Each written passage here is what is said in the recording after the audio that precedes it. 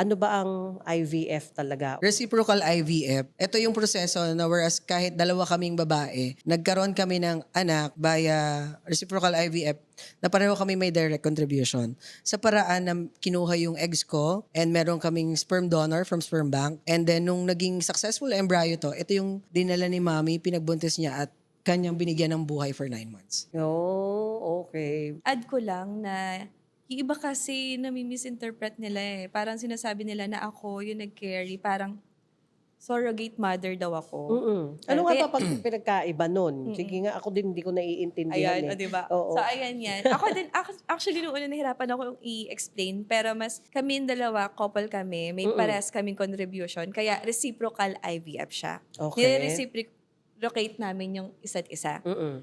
Whereas kapag kami surrogate, kunwari, Outside tao yun. outside na, ano yun, may parang third person na yun, ibang tao na yun, siya yung magka-carry. Oh, Kunwari, okay. ano siya, sa kanya eggs, tapos yung isa yung magka-carry, hindi ako. Yun yung surrogate mother. Okay. Parang ano rin siya, siguro yung LGBT before, like going back, meron lang tomboy tsaka bakla. Mm-mm.